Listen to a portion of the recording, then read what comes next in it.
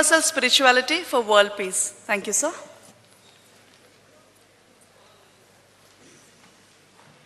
Hello? Hello? Hello? Is it okay?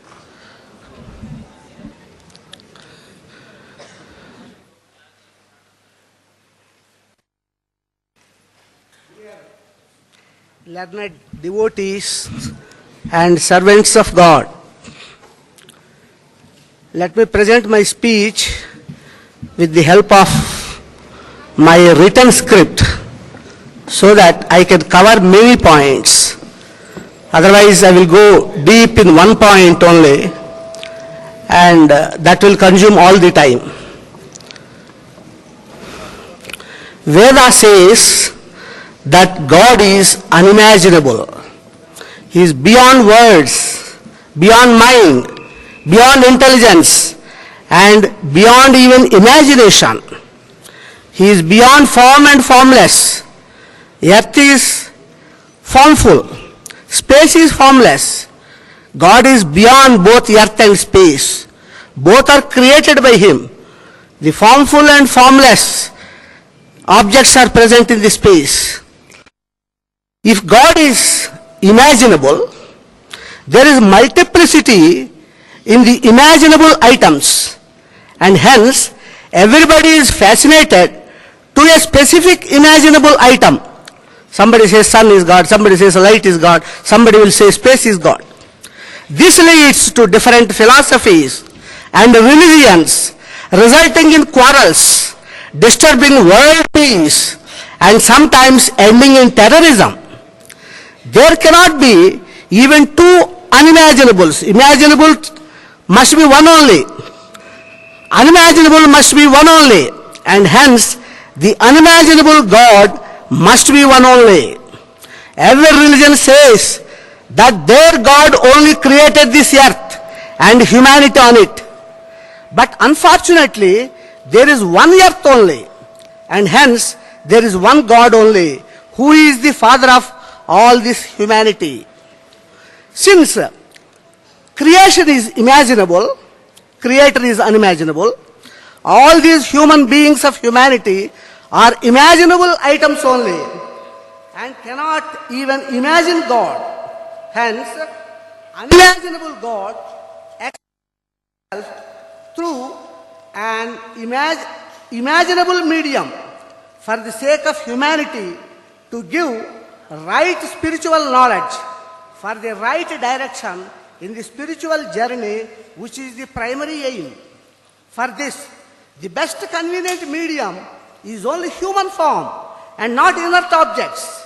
Of course, any inert object can be treated as a representative model of God for the sake of developing personal devotion to God, even though direct service to God is not possible, since it is possible only in the case of contemporary human incarnation. Krishna, Buddha, Mahavir, Jesus, Muhammad, etc. are such human incarnations. God comes in human form in every generation, sometimes simultaneously in different countries also, so that God is not partial to one human generation only without reason. One generation only does not contain good people, since every generation contains both good and bad people. Buddha's silence about God should not be misunderstood as negation of God, as misunderstood by his followers. His silence means that God is beyond words, who is unimaginable. Muhammad, himself being the human incarnation, did not accept the concept of human incarnation, since his preceding human incarnation, Jesus, was crucified by the fellow human beings, suffering with excess of ego and jealousy towards the co-human beings.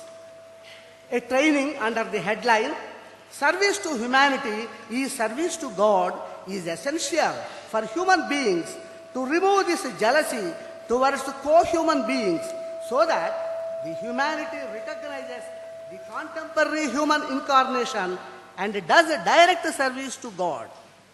Such meeting the alive human incarnation is called as yoga, which means very fortunate union. For service, good physical and mental health is needed. But unfortunately, today yoga is confined to health exercises only. This one unimaginable God comes to different countries on this earth in different human forms to propagate the same contents of the same spiritual knowledge in different languages, following different cultures.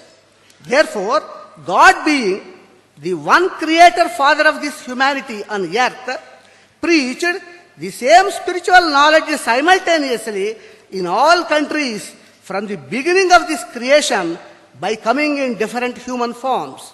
Hence, there is no partiality of God, who is the impartial divine father of this humanity. But every conservative religion says that their human incarnation alone is God and his message alone is the right path. These conservatives do not have patience to examine the unity of contents in various scriptures.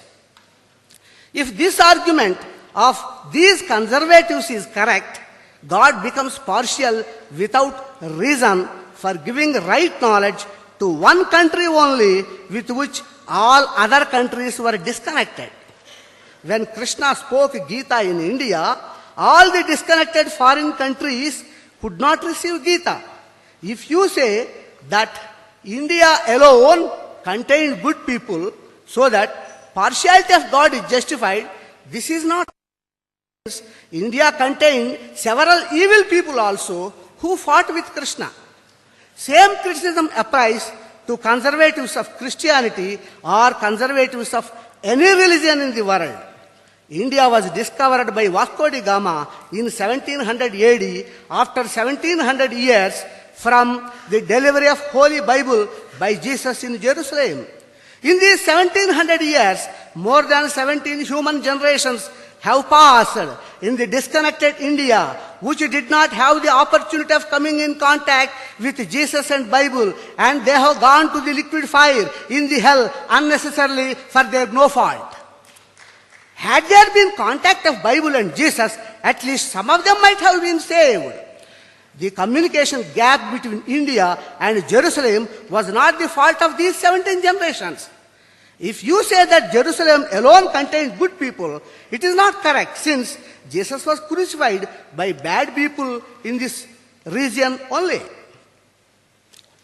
Conservatives of any religion have no answer to this criticism, but we from universal spirituality give excellent answer, saying that the same one unimaginable God gave same subject in the form of various scriptures in the various disconnected countries.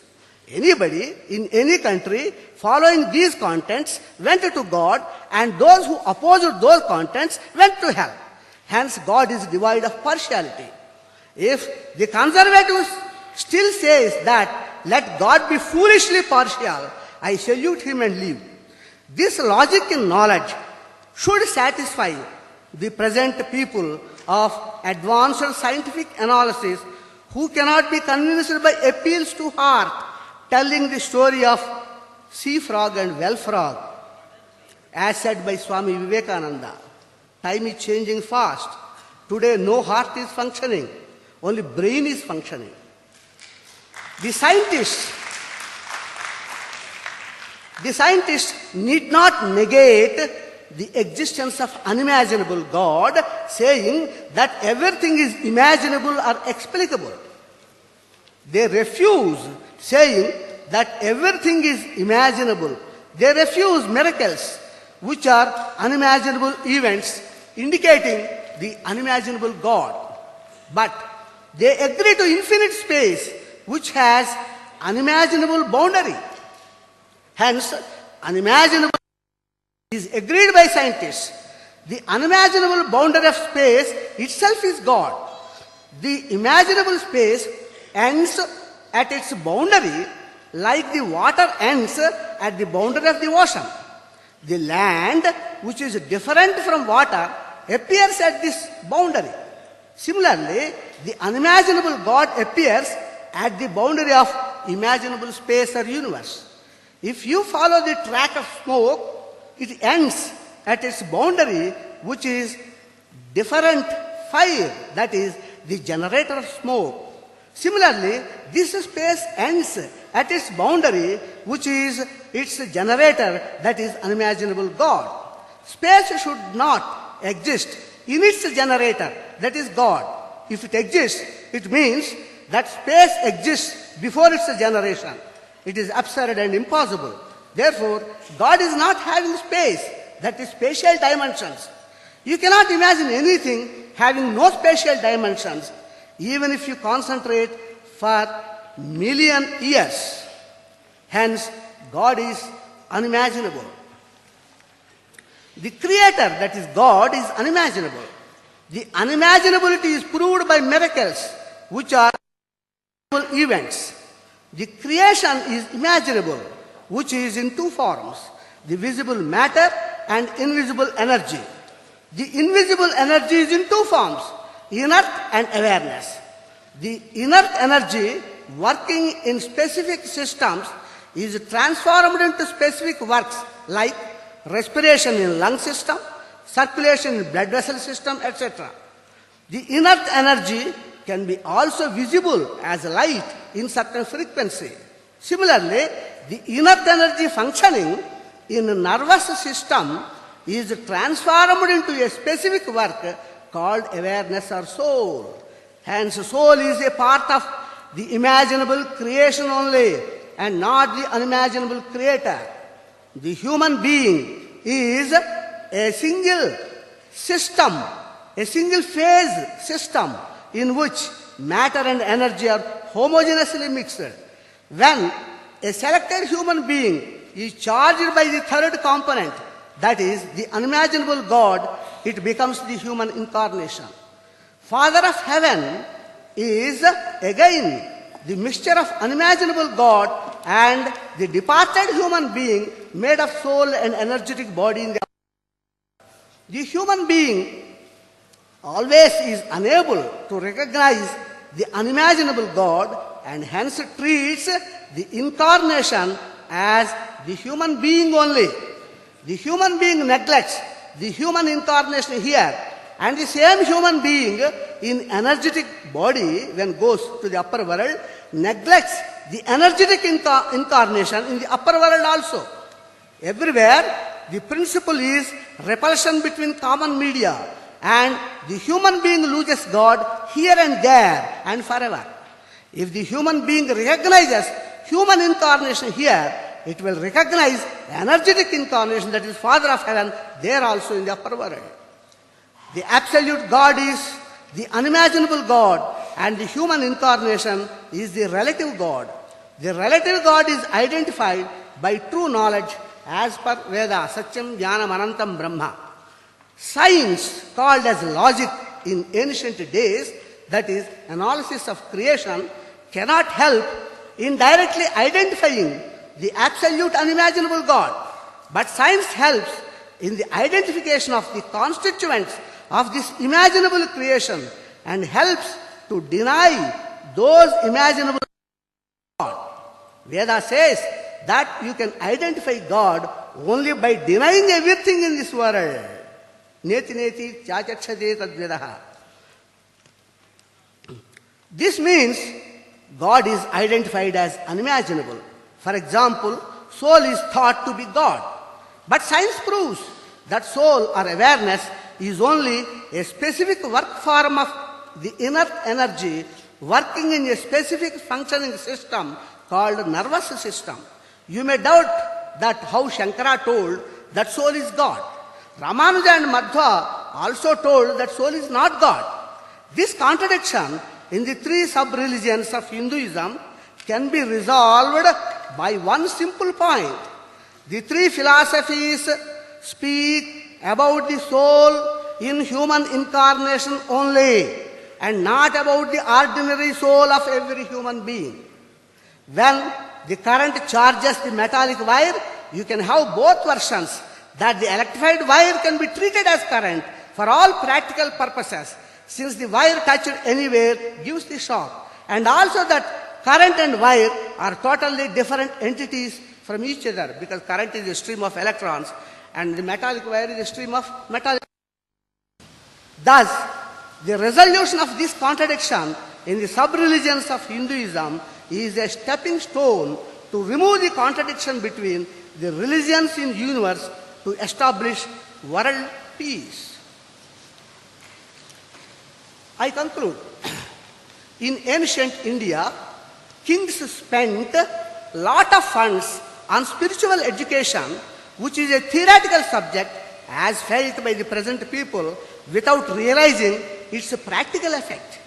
The spiritual education established faith in God and fear for hell, which control the sins like corruption, etc., resulting in perfect peace, avoiding necessity of courts and police, which are unable to control sins and result in the present chaos.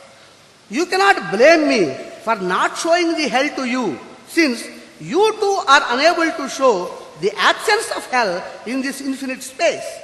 In this 50-50 probability of existence and a non-existence of hell, it is better to err on safe side, which is not doing sin, believing in the existence of hell. Conferences of this type should be government funds so that the spiritual education is strengthened and its effect reduces the strain of the government by avoiding the sin in the society. That is the value of the spirituality. The government has forgotten this point and is supporting the technical education only. Education of materialism, not education of spiritualism. If they support the education of spiritualism like the ancient kings, then in ancient days the sin was fully controlled by itself. There was no need of controlling systems like police and courts. So the society will be in peaceful way by itself. That is the best achievement, the highest achievement for any government. So I thank you.